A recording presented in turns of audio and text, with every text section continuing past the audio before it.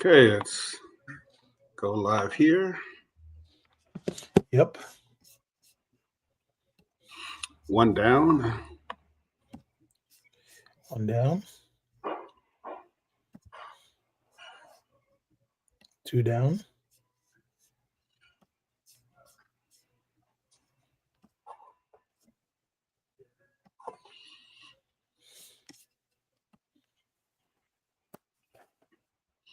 Yes, sir. What's Episode up, bud? 31.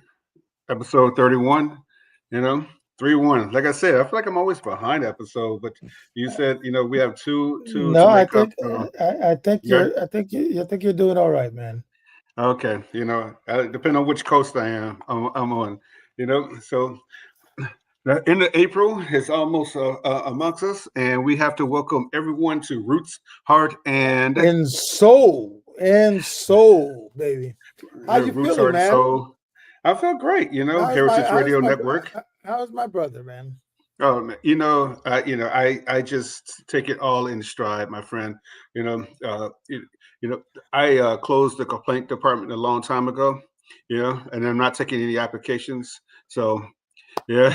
Okay. So I need to follow some of your advice then.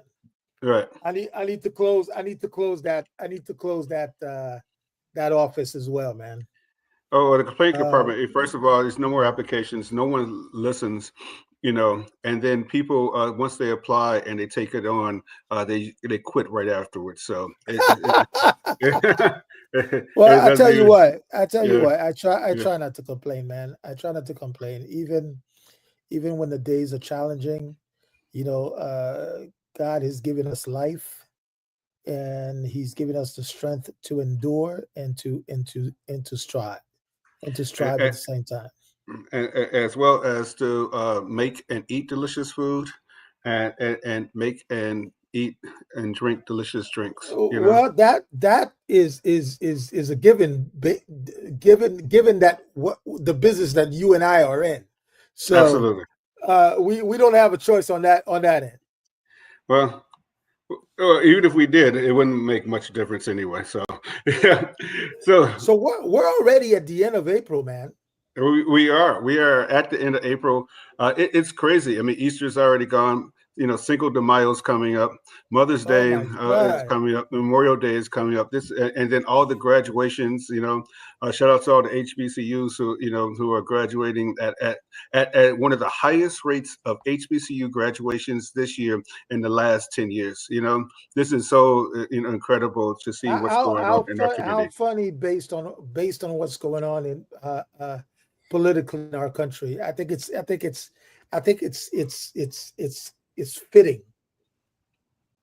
Yeah. It's really fitting because I think we're responding to to to the political narrative in the right direction, if you Well, will. selfishly, I want them to graduate, get out there in the world, and spend more money at our own community and our own restaurants. That's me, continue the legacy moving forward. And But based on that, you're right. I digress and, because we will sit here all day just going in on that. So and based on that conversation, it's really a pleasure to introduce our guest tonight. He's a journalist. He is making quite a bit of stride in the black and brown food space.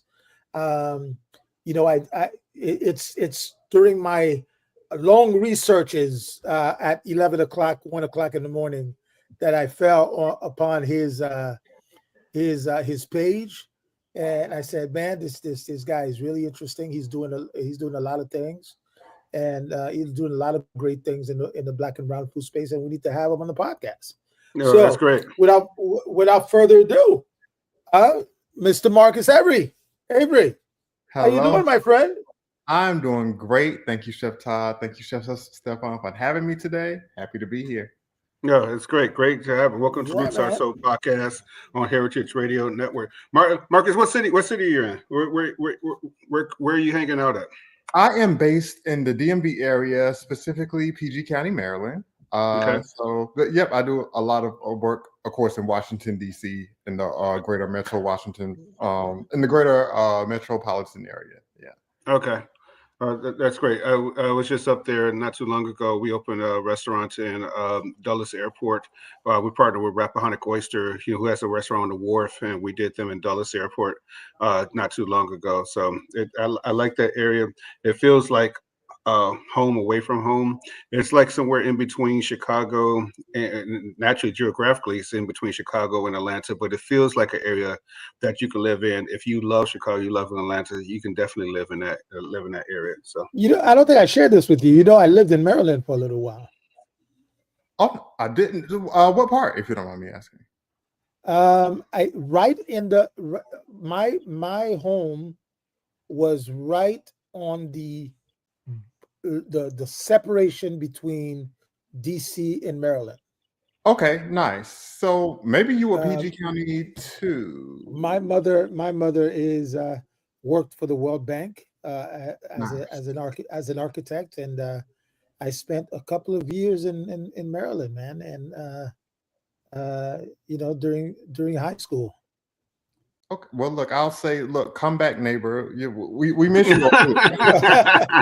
plus plus plus I've spent the last 14 years. I've spent quite a bit of time in DC as a culinary ambassador for my home country, Haiti, Yes. and worked with the Haitian embassy on a number of projects. Um, so I've been to DC so many times I forget to count. Yes. Oh, Yes. well, So this is your secondary home then. We'll take it. absolutely. So, Stefan, please do the proper introduction to the audience, Absolutely, please. absolutely, absolutely. Mr. Marcus Avery is a culinary influencer, journalist, and podcast host with a passion for storytelling. He is the founder of Chow and Company, a digital platform that's building camaraderie across a community of food lovers. Why is my tongue so tied? I have no idea. Um, and it's funny that we talk about togetherness in this food space. Mhm. How important it is to um, to have creators who are doing their own thing in each corner of the globe, but at the same time, we need to talk about coming together and supporting each other. So I love the word. I love that word, even though it's a tongue tied. Even though it's a tongue We're tied. gonna say camaraderie. Camaraderie. Camaraderie, Yeah. yes. Thank you. Friendship, partnerships. That's what it's about. Mhm. Tell me, Marcus. What's your why did you want to create this platform? Tell me. Sure. So I will give you the short version because it can tend to run long. But I'll start off by saying that Chow and Company is kind of like really the manifestation of like my childhood dreams. So if we take it all the way back, again, born and raised in North Carolina. And growing up, you could not tell me that I was not going to go to culinary school and be this world-renowned chef, and all of these things were going to happen. But turns out just life had different plans for me. I ended up, going to college at we talk about HBCUs, North Carolina Central University, NCCU, Eagle Pride. So I ended up going to North Carolina Central University and ultimately going down the communications path. And so, I kind of like matriculated through grad school and, started my career in government, which ultimately moved me up to here in the DMV area. And so, started doing that and then, got into adulthood. And now I'm like, you know what? I still have this lingering passion to do something in the food and beverage space. Don't know what Mhm. it is because at this point, well, I mean, I could still go to culinary school, but at this point, not quite there just yet. Or want to go there right now. So I'm just like, but I still need to find some way to like maneuver myself into this space because I'm just so passionate about it. And so that was really just kind of like the birth of like Chow and Company. Just amongst my friend circle, I was always the friend who, people would approach and be like, what's the new restaurant to go to, like where should we eat? And I would always like easily rattle things off and have an answer. So, that was that portion, kind of like that, the restaurant portion. And then just from a marketing and communication standpoint, again, kind of tying in my academic background, I just always was obsessed with like storytelling in different formats. And so Chow and Company is my way of doing that. It kind of has like several pillars to it in ways in which I do storytelling. It's the restaurant reviews, which you'll see on my Instagram profile. I'm also a freelance journalist for Cuisine Noir magazine. I'm a podcast host, as you mentioned, so that's some audio storytelling. And then I just do general like lifestyle and like cultural events around like storytelling. So, what are some of like the local things that people can check out here in the DMV area and beyond, whether that's, again, a wine festival, a Jollof festival, special restaurant tastings, whatever that looks like. So again, it's just all storytelling centered around food and, the culinary arts at large. Well, that's great. That is fantastic. I mean, you have a whole plethora of things that you do, but I want to start with probably still the hottest part of what you do is food reviews. You Yes. know, and we've seen, there's been some really great people who have put people on, as they say, the Keith Lees of the world and places like that. But but why is it so important for people to go to platforms to get food reviews? And then secondly, uh, why is it just a over uh, uh, not overwhelming, just such a great outreach back into the communities of restaurants where people want to tell their stories of how they were received at restaurants? Yeah, I'll say for me, it kind of hit home a bit different in terms of like when I launched Chow and Company. So Hmm. I started Chow and Company in October of 2021. So again, kind of like right in the middle of the pandemic. Yeah, yeah, Yep. that's great. So again, at that point, the restaurant industry was, suffering, as we all know. So again, with me kind of having like that mindset of, oh, I want to introduce consumers to restaurant/restaurant owners. It was important for me to kind of like use Chow and Company as a space to do that. Again, when at a time when restaurants were like really, really hurting for clientele. Hmm. So I really just wanted to take it upon myself to kind of be a connector, if you will. Okay. I think that's really important for people to connect, in the food scene. I know Chef Stephan and I, we met through food, naturally because we're chefs, but by connecting that people, to that, gives people great insight to what's going on with food. Go ahead, Chef. Absolutely, absolutely, and Yeah. it's funny that you are also a writer for Cuisine Noir, which is Yeah. Yeah. one of our favorite publications, Yes. and we've had the pleasure of having Vicherie on our podcast Hmm. very early in season one. Hmm. Um, why is it so important to be that connector, but also to to to shape the narrative in a way that celebrates us? Yeah. So I mean, two parts to that. Well, one is like if you want to ask why Cuisine Noir for me and how we kind of got looped in. Honestly, Cuisine Noir really aligned perfectly with what I wanted to do with my brand. And again, it kind of like offered me the opportunity again to storytell in a way that I wasn't doing initially. So again, it was a lot of visual storytelling, but not necessarily in the written form for me. So Cuisine Noir being, the nation's first digital magazine that kind of focuses on the African diaspora, travel, lifestyle, and culture. That's pretty much what I wanted my brand to represent, again, in a slightly different way. So that kind of gave me the ability to do that again in a written form.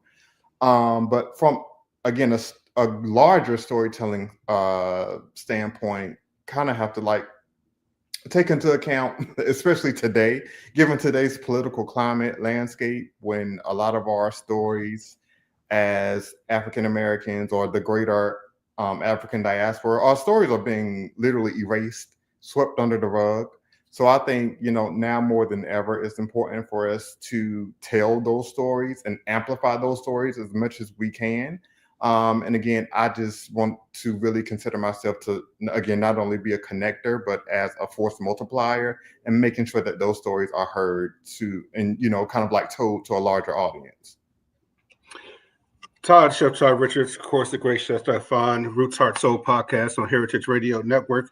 We're here with Marcus of Chow and Company, and we're talking about how he got started with Chow and Company, and what he's doing, and not only the DMV, but the areas in which he's covering around the country, and his relationship with Cuisine Noir. And we start off the conversation basically talking about some of the things he do, like reviews and connecting people and things like that. And I want to go back to the reviews just quickly, because you said something in this digital era that people are moving so fast, and then also as they're writing in one way and erasing culture in another way. How do you navigate the realm in which you're trying to support the culture, in the platform, and you go to places that maybe not live up to either the hype or they're not ready to be covered? How do you, help assist, us in our community to better ourselves in order to be on a platform such as Chow and Company or in your writings with Cuisine Noir? Yeah. So I'll say for me, I'll kind of like tie it back to a previous response of mine. Again, realizing the time in which I started, which was during COVID, when a lot of restaurants were, again, kind of hurting for clientele. I made a conscious decision when starting this, to not kind of like tear anybody down, tear any restaurant businesses down, or try to detract away from their customer base. And so, again, there are influencers out there who will do that, and that's perfectly fine. Everybody has their own niche. That's just not mine. And so again, that's just territory that I didn't necessarily want to get into. I just really wanted to like uplift businesses. So in terms of like when I have experiences that maybe aren't the best, I will inform the restaurant owners, especially, when it comes to like Black owned businesses, because again, I want to see us win by all accounts. Again, that's part of the reason why I created this platform. So there are times when, again, maybe the service isn't the best. And again, not necessarily, this isn't specifically tailored to Black owned businesses. This is just at large, but maybe Okay. service isn't the best, food isn't the best, what have you. So in those cases, most of the time I'm invited to these restaurants by like the PR companies. So, if the manager and or owner happens to be there, and they come and ask me like, hey, how was everything? I'll tell them and give them honest feedback about what I didn't like, and maybe what I feel could improve. So that's that. And then I'll also relay that to the PR company that invited me to the restaurant.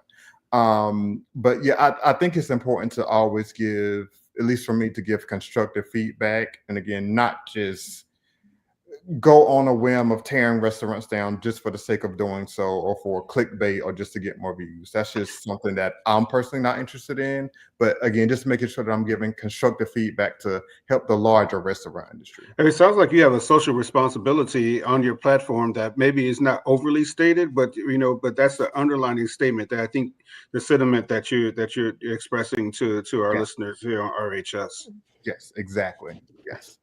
Well, I think as people that have a great visibility in the food space, we have the responsibility of the social responsibility of not of elevating, especially now when we're in a political climate that is sort of tearing down and erasing everything that has to do with Black and brown stories. How do you From a journalistic standpoint, how do you approach that, and how do you navigate it in a way to change to to change the story in a positive manner when everything seems to be on the negative side of things? Yeah. Also, with that regard, that's where I kind of like really aim to be a disruptor, in a sense, and really kind of like go against the grain.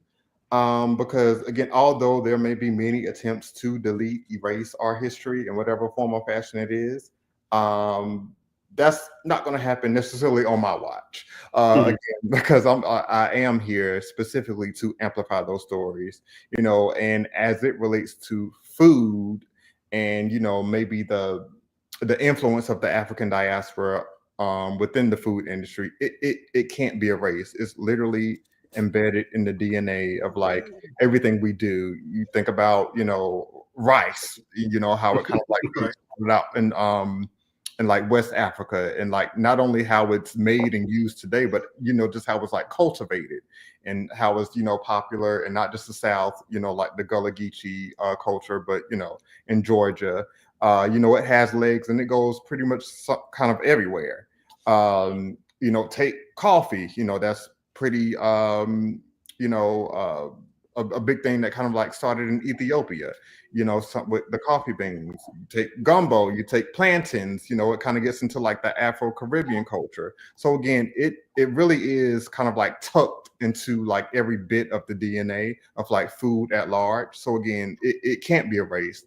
And so I'm just here to tell those stories and make people aware that again, although there may be many attempts to erase that history, it's still there, even if you don't realize it. Erasure, is one thing that we know that we won't happen. But what about when it comes to the area of modification or gentrification of those same foodways, that or appropriating their food into a different zip code, and which is not necessarily affordable to the people in which it came from? How, you speak about COVID, in that time when you started the company, and certainly that happened there. Is that something that's still happening now, or what is our pathway to move that forward so we can get back to making sure that we can still afford it in our own community?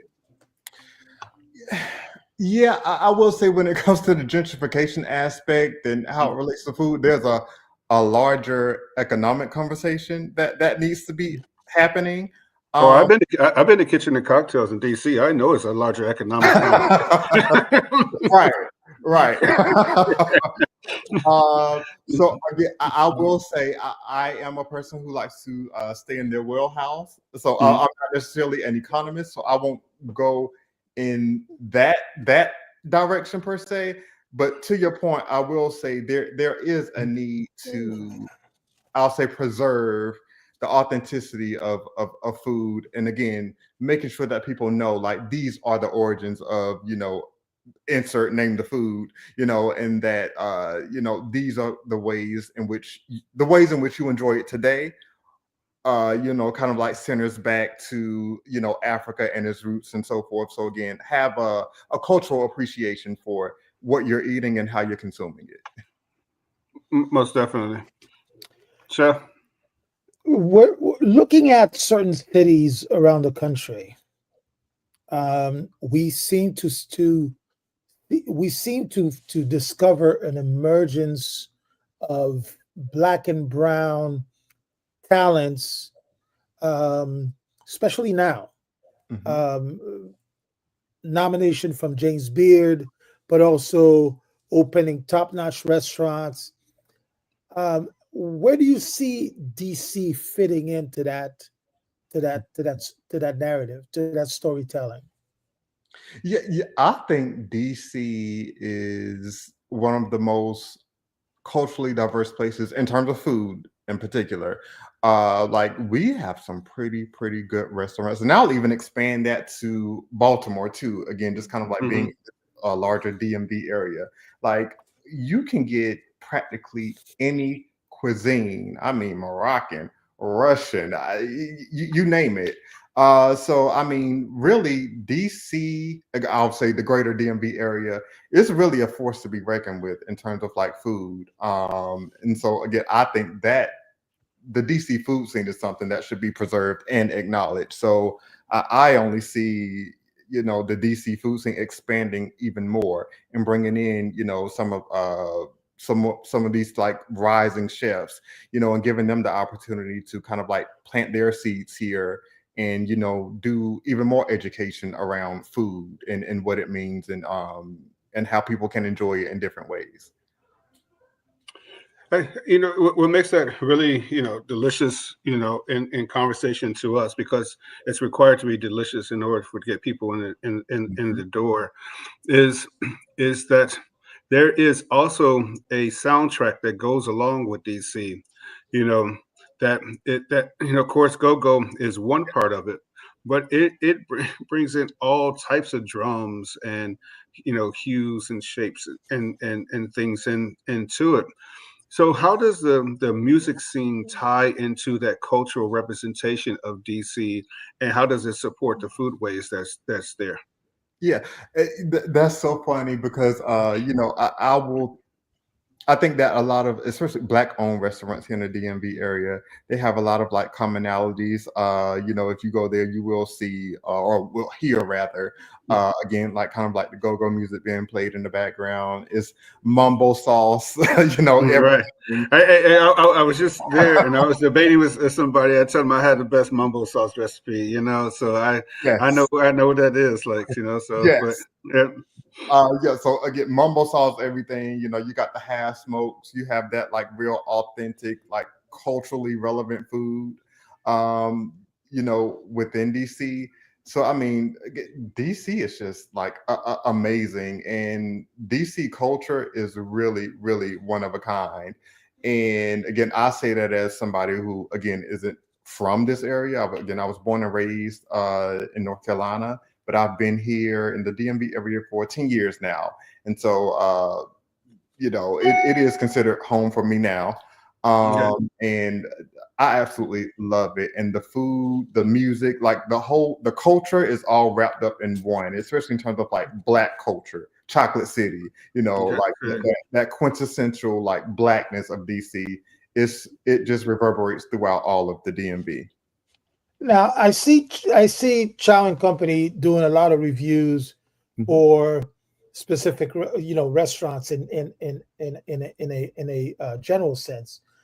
Um, have you thought about covering also and putting forward emerging chefs that are emerging black and brown chefs that are coming up in the DMV area and that are making their mark and putting their their stamp on the food scene. Um, who are some of these chefs in your opinion that are doing just that, and who would you like to cover? Yeah. So I do most of that work again, maybe taking the restaurant reviews from my social media page out. Like I do most of that work of like the promoting and getting to know even like small business owners, whether you're a chef or you're trying to get a consumer packaged good or CPG good in the a larger retail space. I do a lot of that work through Cuisine Noir magazine as well as through my own podcast, Chow and Company. And so again, it's always an absolute pleasure to hear the stories of these entrepreneurs. Again, whether it's you're getting that product in a store or you're starting your own brick and mortar restaurant. It's always a pleasure to kind of like really hear those stories and amplify them. And again, in certain cases, people will come to me and be like, hey, I'm an aspiring entrepreneur and I'm looking to do X, Y, and Z. And based on your conversation with this person on your podcast or based on this article that you've written, I was able to kind of like develop my own toolkit and arm myself with things that I can do to amplify my business and really elevate it and take it to the next level. I mean, so with that work is just like it really fills my heart just to be able to do that work. Chef Todd Richards here. Of course, the great Chef Stephan. We are on Roots Heart Soul podcast on Heritage Radio Network. We're here with Marcus Avery, Chow and Company. We're talking about all things entrepreneur, food, the DC area, the DMV, the culture of Black culture, even shout out to some HBCUs. Marcus is talking about people going to culinary school, but Trump is now saying that you got to pay them student loans back. So we're not sure where that's going to lead, lead everyone. Oh, That's going to hurt pockets across the country. But Marcus, we see a lot of things happening across the country in the podcast realm. And one thing that Chef Stephan and I, the reason why we started the podcast is because we want to give people opportunity to tell their voices, but also show us in a different light that maybe people don't see us in outside of being musicians or sports stars or other type of celebrities. You doing this podcast in the food space. What does that do to the social climate or the narrative of Black and brown people and the food ways that we're representing? Yeah. Again, the whole point of me kind of like starting that podcast in particular, it was to really connect people and again, not only share the stories, but in all honesty, put some money in the pockets of these Black-owned businesses. Again, whether it is a brick and mortar restaurant and or if they have a retail component to them. So again, just kind of like sharing those stories is critically important because let's be honest, again, look at the political landscape. Our government isn't doing it for us. So it really takes allyship from influencers like myself, from Chef Todd, from Chef Stephan, with these types of platforms to say, hey, Black people, and really not just Black people, like, hey, America, or hey, world, go support these businesses because they need it. And not only do they need it, they're actually good and they're worthy of, your consumer dollars. One thing I'm going to let Chef Stephan jump in a second. One thing about your website, though, I found very intriguing, though, was the amount of merchandise that you actually have on your site, and you created all the merchandise yourself as well. That's part of your brand as well. Yes. So thank you for plugging that. I do have some merchandise, all types of lifestyle merchandise. So you can go get your apparel. I have because speaking of the DMV, brunch culture is huge. Yeah, I saw that. It passed me a mimosa. That's the one I saw. I was like, why in the hell did I didn't think of that? We're kicking myself under the table. Right. That's great merch right there. Yeah. Well, so, it takes another to inspire another. We see sometimes it takes for you to discover someone doing one thing, and you're like, hey, I can do that too. Yeah. I want to focus still a little bit on these emerging chefs that are really making great marks on and stamps on especially on the DMV scene. Mm-hmm. We have what's his name? Kwame. Just opened. We have Kwame. Yes. We just opened Dogon. Yes. We have old school Rock Harper. Rock Harper. We have what's our Nigerian celebrity chef now? Oh geez. Yeah. So we have quite a bit of top chefs that are really making their mark on the food scene, mm-hmm. and we're starting to see those stories being amplified. But it's 2 or 3. It's 3 or 4. Whereas I know there is so many other chefs that are doing great things that are not being talked about. It might be 3 or 4, but that 3 or 4 could be only concentrated to men. Also, I just want to make sure. Exactly. Exactly. Right. So, what do we need to do as a journalist, as a person who is telling those stories? What do we need to do to to amplify the rest that is not being talked about. The women that are doing amazing things in the food scene. These other chefs that have not been on TV that are also doing some great things that maybe we're not talking about them enough. What is it? What do we need to do to make that happen? Yeah, I think it's important that you put yourself in those spaces to amplify individuals. Again, this is very timely because this past weekend I attended the Black Women in Food Summit.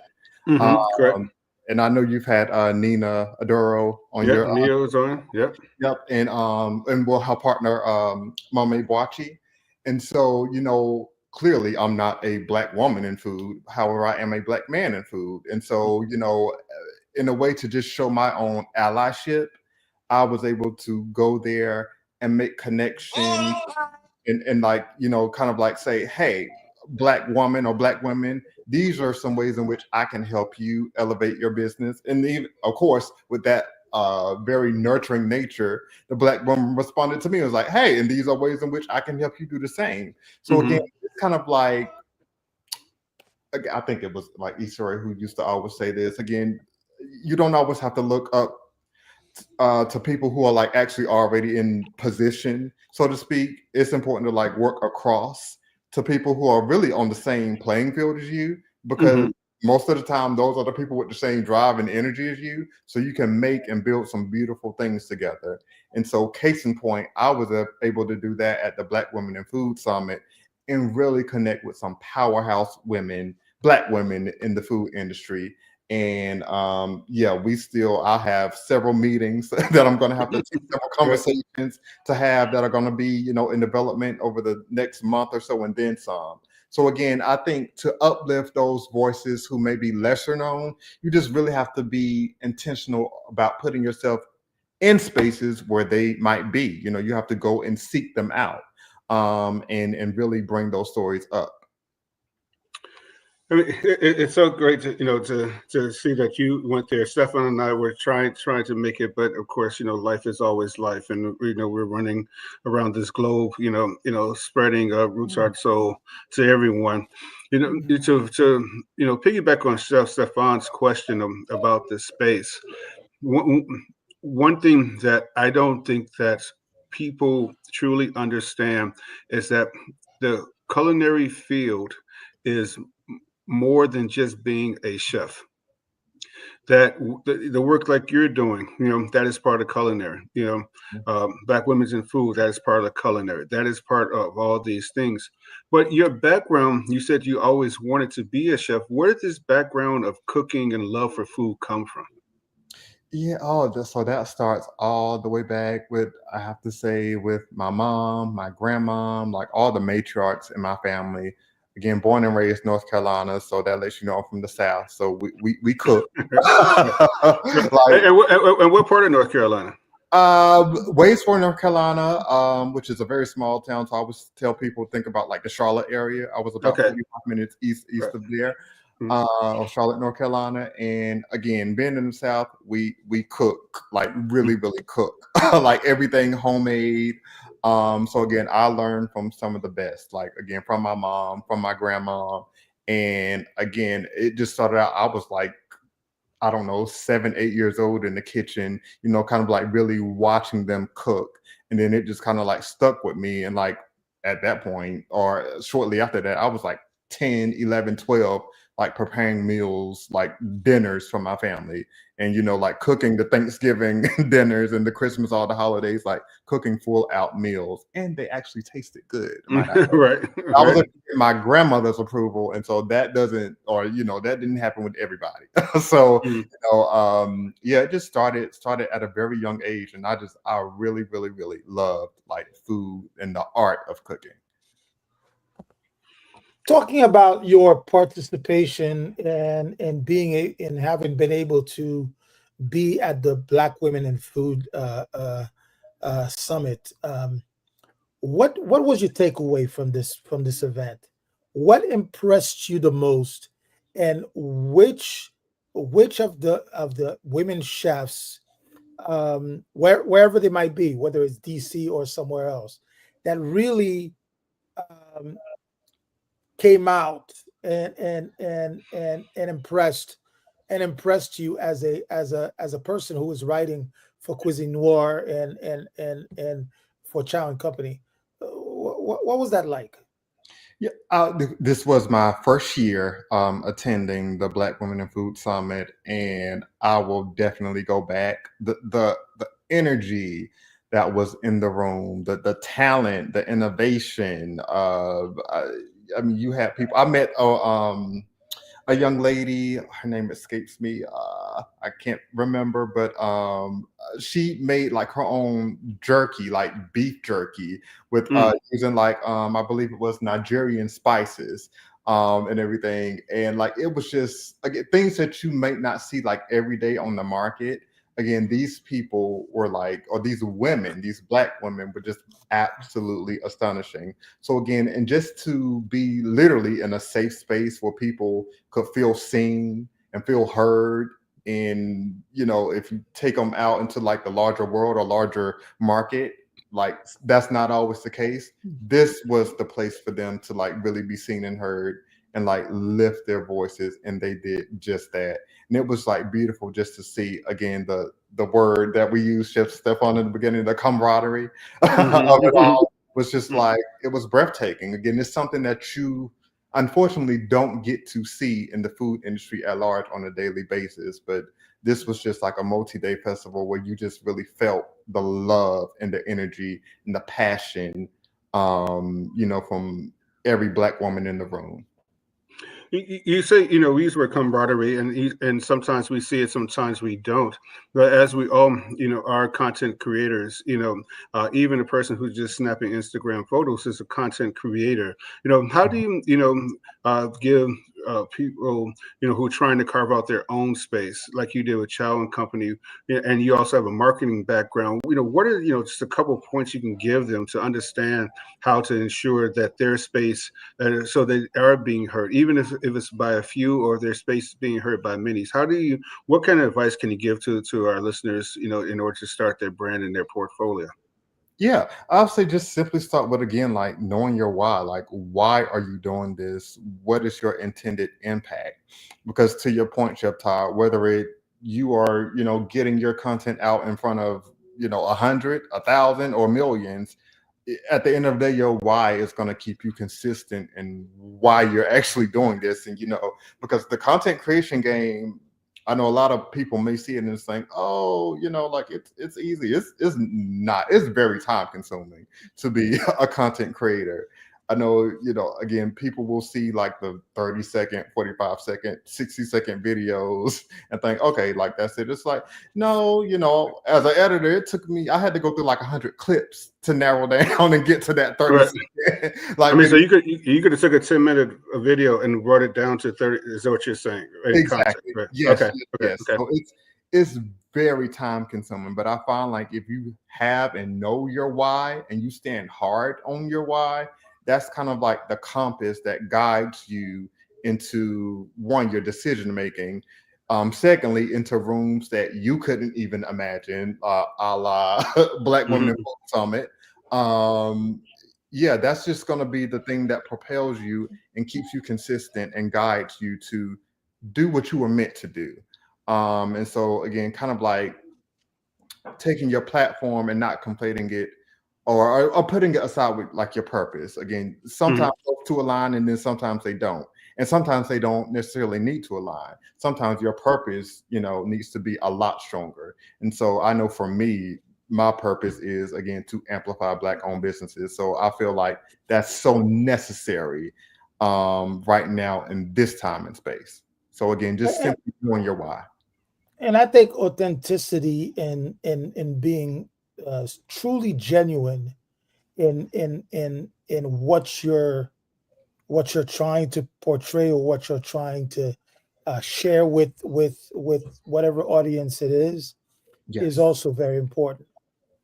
Don't be somebody you're not. Yes. Don't invent a persona just so because you feel like it's going to be popular. I think I think people more than ever today are connecting with people who are genuine, Yes. completely authentic in the way they share their content. And Yes. I think for anybody who's in, whether you're in the food space or whatever space you are, um, I listen a lot to Gary V, Hmm. and he says it best: be authentic, be Yes. be be true to oneself. And I Yes. think that's when and I truly believe that that's when people connect with you. Yes. That's when you really get the right connection. When you Yes. say, "Hey, we're doing the same thing, or we're doing something similar. Let's get together. Let's do something. Let's do something. Let's collaborate." And I Yeah. think that's when that happens. Yeah. And to your point, again, I think much of what being an influencer is about, at least for me, is about building community. So again, you want people who are going to authentically gravitate towards you, and be within that community. It doesn't mean you can't have people with a different perspective in your community. Of course, you should welcome that. But at the end of the day, you want people, you should want people who want to follow you or be in your space because they genuinely like you. I would say build it and they will come. So if you build something that's authentic, people who are authentic themselves will find Yeah. themselves, gravitating toward you. Chef Todd Richards here. Of course, the great Chef Stephan. We're on Roots Heart Soul Podcast Heritage Radio Network. We got about 9 more minutes here. We're talking to Marcus Avery with Chow and Company. We just wrapped up a great segment on being authentic, and also, I would say also being kind, because I don't think that there's enough kindness, and if you're an authentic person, some are jerks, but I think most people are kind in their true authentic way. So Marcus, as we wrap up here, and you still have these chefs' aspirations, we try to get to the human side of things as well. So, what are you cooking at home? For what's in your refrigerator? What bottles are you popping? What makes you just gravitate to food during the week? Oh gosh. So again, I do love to cook. I will be honest. I don't cook as often as I would like to, simply because I'm always going out to these Right. restaurants all the time. So it's kind of Mhm. like I don't want to like waste food either that I cook at home. Mhm. But I mean, I am a nice a wine lover, so you will always find me with some nice wine in my home. I love nice charcuterie, so I do a bit of snacking sometimes. So I will always have charcuterie. I love Indian food. Um, Okay. so I'll cook Indian food sometimes at home, but I do prefer to actually get it out again, just having that preservation and authentic experience. I do love that. But yeah, beyond that, you'll find me like cooking things that I used to cook, at home, Southern delicacies. Like again, I'm from the South, so you're gonna get the mac and cheese, you're gonna get the greens, you're gonna get the fried chicken, you're gonna get all of that. So let's take this question a little bit further. Yeah. Hmm. You are in the DMV. Hmm. You are inviting Chef Todd and I to hang out with you. Give me your top 5 restaurant choices that you know that's not only going to impress 2 chefs, but we're going to have a great time eating at these locations. Okay. Ooh, five. Let me narrow this down. I, Um, I, I'm going to tell you one of my favorite, and then maybe take you off the hook just a little bit. I yeah, was recently there, and I went to Jane, the yeah. cocktail.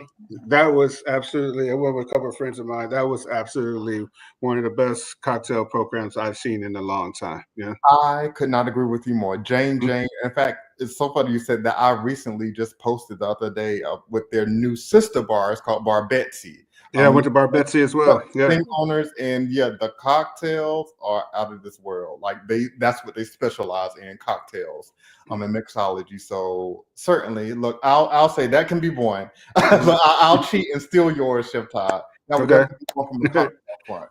I'll say if we're doing, I'll throw some black-owned restaurants in there. So St. Vincent Wine. Okay. It's a wine bar, obviously, but they have some really, really good food as well. And they often have like a live band playing, especially like spring, summertime. They have a really, really nice back patio. So I will always recommend that. So St. Vincent Wine. Shanklin Hall is another black-owned spot that I love to go to. Again, really good drinks. They have a smaller like menu full of like bites, but still pretty good. But they play like R&B. You go in there on a Friday night, they playing like Tevin Campbell, like Can We Talk? Like it's a whole vibe. So that's that one. This one isn't black owned, but it's still one of my favorites. The restaurant Medina, which is Moroccan food, and the interior is like decked out in like full Moroccan thing. It's absolutely gorgeous. Really good cocktails, really good tagine. And if you know about tagine, if you know, you know. Like it's really, really good. I recommend the lamb tagine. But okay, so those were the nicer ones, the ones there. So what about the 3 a.m.? You know, like you don't want nobody to know that you there, but you there. You know, type of place. Where you got to go and just be part of the DC culture. You Okay. might come in smelling clean. You might come out smelling like you've been behind 2 bongs for the last couple of Right. hours. Okay, so if we talking like DC, 3 in the Mhm. morning, literally, Mhm. we got to do oohs and ahs. I don't know if Okay. you're familiar with it, but it's like U Street, authentic soul food, black owned, like it's historic. Mhm. You go, I always get the catfish, and I have gotten the fried catfish at 2 and 3 o'clock in the morning. To your point, Chef Todd. Okay. So that's another good one. Uh, And then, honestly, if you're like a really good Chinese food lover, and mhm. again, you want some good mumbo sauce, I say Mhm. go to Howard China's. Some people call it Ho Cheese off of Mhm. Georgia Ave. Like it's that good greasy fried chicken that you're gonna have. You can get the fried rice, or you can get the mumbo sauce. You can get the fries, whatever. Like it's like really really good. Not Is that necessarily. near the Moto Hotel? Is that in that area, or in Chinatown? Or is that not in Chinatown? That is not in Chinatown. It's off of Okay. Georgia Ave. Oh, Yeah. Georgia. Okay. Mhm, All right. mhm. Yeah. Well, So I think, making me hungry. yeah. I think that would put us at our 5, right? I think. Yeah, Yep. yeah, yeah, yeah. That's good. Yeah, Yeah. yeah. Let Mm-hmm. as we come to a close of this episode, and we've enjoyed the conversation. Really enjoyed the conversation with you, Marcus. Um, what's next on your agenda? What should people put into their calendar, and then of course, how do we follow you? How does our audience get to know you better, and see what you're working on? Share a little bit of that with us. Sure. So what's next for Chow and Company? Again, y'all always get of course food content, obviously. But I'm actually looking out into branching into more lifestyle content. So again, still food and beverage focused, but just with a more elevated lens, a more travel focused lens. It's kind of like taking my followers outside of just the DMV, since I do a lot of traveling now. So you can expect that. I'm always looking for freelance opportunities, so you'll see some expanded writing outside of Cuisine Noir from me. I'm also looking into getting or starting to host some private events here with some of the chefs here in the DMV area. So that's in the works. So I'm hoping to have a big announcement soon about that. So stay tuned. And I'm also going to be relaunching my podcast for another season. So, yeah, you can stay tuned for that, and really follow and subscribe everywhere you get your podcasts. So, Apple Podcasts, Amazon Music, Spotify, YouTube.